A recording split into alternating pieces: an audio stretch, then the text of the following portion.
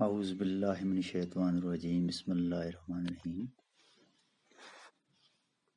میں teacher government UPS درناڑ pine کچامہ سے مخاطب ہوں۔ پیارے بچوں، میری آج کی جو ہے کلاس وہ ہے 8ویں۔ میرا جو ٹاپک ہے وہ ہے گیہوں کا دانہ۔ گیہوں کا دانہ ہماری نصابی کتاب بہارستان اردو میں شامل ہے۔ آپ پیج نمبر 42 نکالیں گے اور اپنی کتاب کو اچھے طریقے سے دیکھیں گے تو ہم اس کو پہلے پڑھیں گے، تو اس کے بعد ہم اس لیسن کے بارے میں آپ کو سمجھانے کی کوشش کریں گے۔ اللہ کرے آپ کو یہ لیسن سمجھ آ جائے تو بہتری ہوگا۔ لیسن ہمارا ہے گیہوں کا دانہ۔ ایک بار کچھ بچے کھیل رہے تھے، قریب ہی زمین میں ایک دراڑ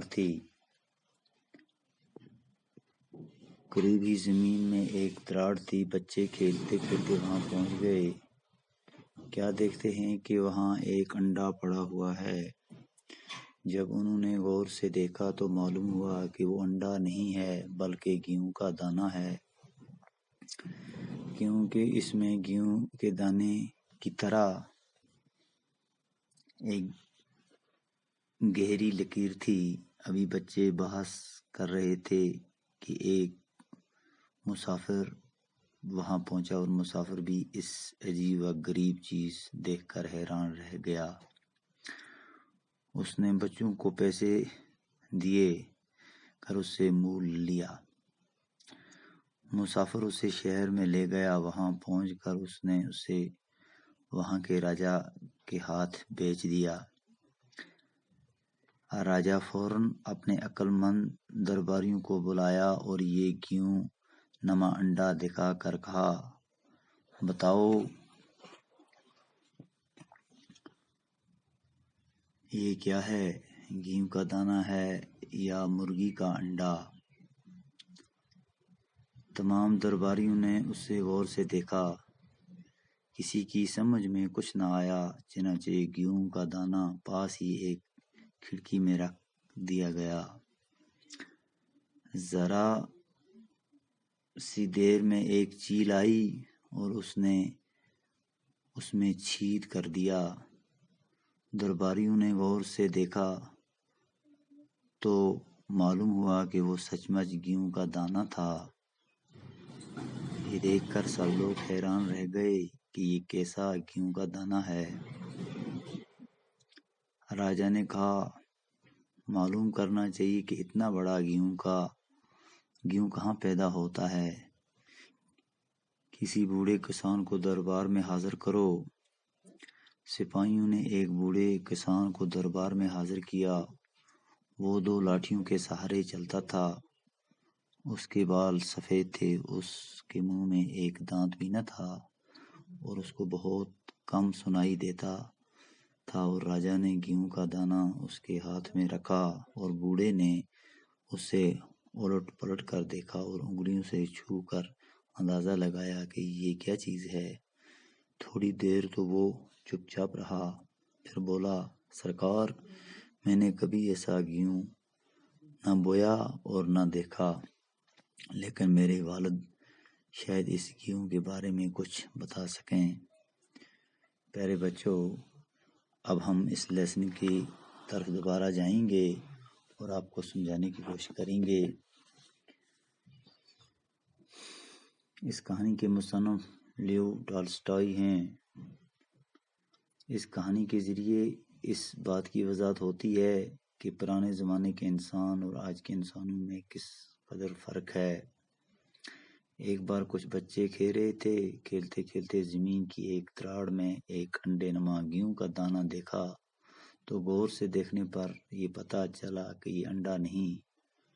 بچے بحث کر ہی رہے تھے کہ ایک مسافر نے آ کر اس سے خرید لیا اور مسافر نے اسے شہر میں لے جا کر راجا کے ہاتھ بیچا اور راجا اس سے دیکھ کر حیران ہوا۔ اس کے درباری بھی اس کے درباری بھی اسے دیکھ کر حیران ہو گئے اور گیہوں کا دانہ قریب ہی ایک کھڑکی پر رکھ دیا، یعنی کہ اس دانے کو کھڑکی پر رکھا، اور ذرا ہی دیر کچھ ہی وقت گزرا تو ایک چیل نے آ کر اس میں چھید کر دیا، یعنی کہ ایک سوراخ کر دیا، تو معلوم ہوا کہ یہ گیہوں کا دانہ نہیں۔ راجے نے حکم دیا کہ کسی بزرگ کسان سے پوچھا جائے، یعنی کہ کسی بوڑھے کسان کو لایا جائے، اس سے پوچھا جائے یہ کیا ہے، یہ گیہوں کا دانہ ہے یا کوئی اور چیز ہے۔ ایک بوڑھے کسان کو پیش کیا گیا، یعنی کہ ایک بوڑھا کسان لایا گیا دربار میں، تو جو 2 لاٹھیوں کے سہارے پہ چل رہا تھا، یعنی کہ وہ 2 سوٹیوں پہ چل رہا تھا، تو اس کے بال بھی سفید تھے، یعنی کہ اس کے بال بالکل سفید تھے، اس کے منہ میں ایک دانت بھی نہیں تھا، وہ بالکل اس کے دانت جو تھے وہ گر گئے تھے، اور اس سے بہت کم سنائی دیتا تھا، اور کم یعنی کہ اس کے آنکھوں میں روشنی بھی نہیں تھی۔ جب اس سے پوچھا گیا تو اس نے کہا کہ سرکار، اے بادشاہ، میں نے ایسا گیہوں کا دانہ کبھی نہیں دیکھا ہے، اے سرکار، میں نے اس قسم کا گیہوں کا دانہ کبھی نہیں دیکھا، اور نہ تو میں نے بویا ہے، شاید میرے والد صاحب اس کے بارے میں کچھ جانتے ہوں۔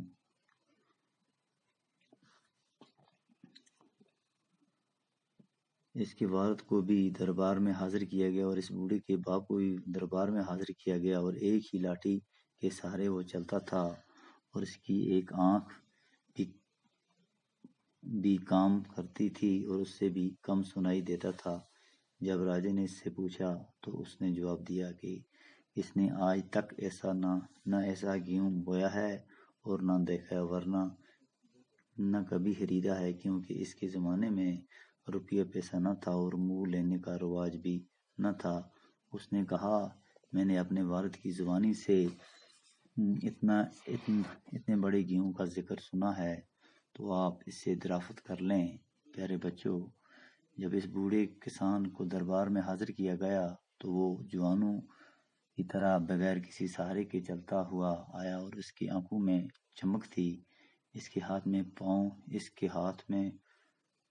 ہاتھ پاؤں بھی مضبوط تھے، اور جب راجے نے اس سے گیہوں کا دانہ ہاتھ میں دیا تو وہ خوشی کے مارے اچھل پڑا اور بولا، یہ میرے زمانے کا گیہوں ہے، ہمارے زمانے میں یہ گیہوں بویا جاتا تھا، اور میں نے اپنی جوانی میں اس گیہوں کو کھایا بھی ہے اور بویا بھی ہے۔ پیارے بچوں، اب ہم اس لیسن کو یہاں اختتام کرتے ہیں۔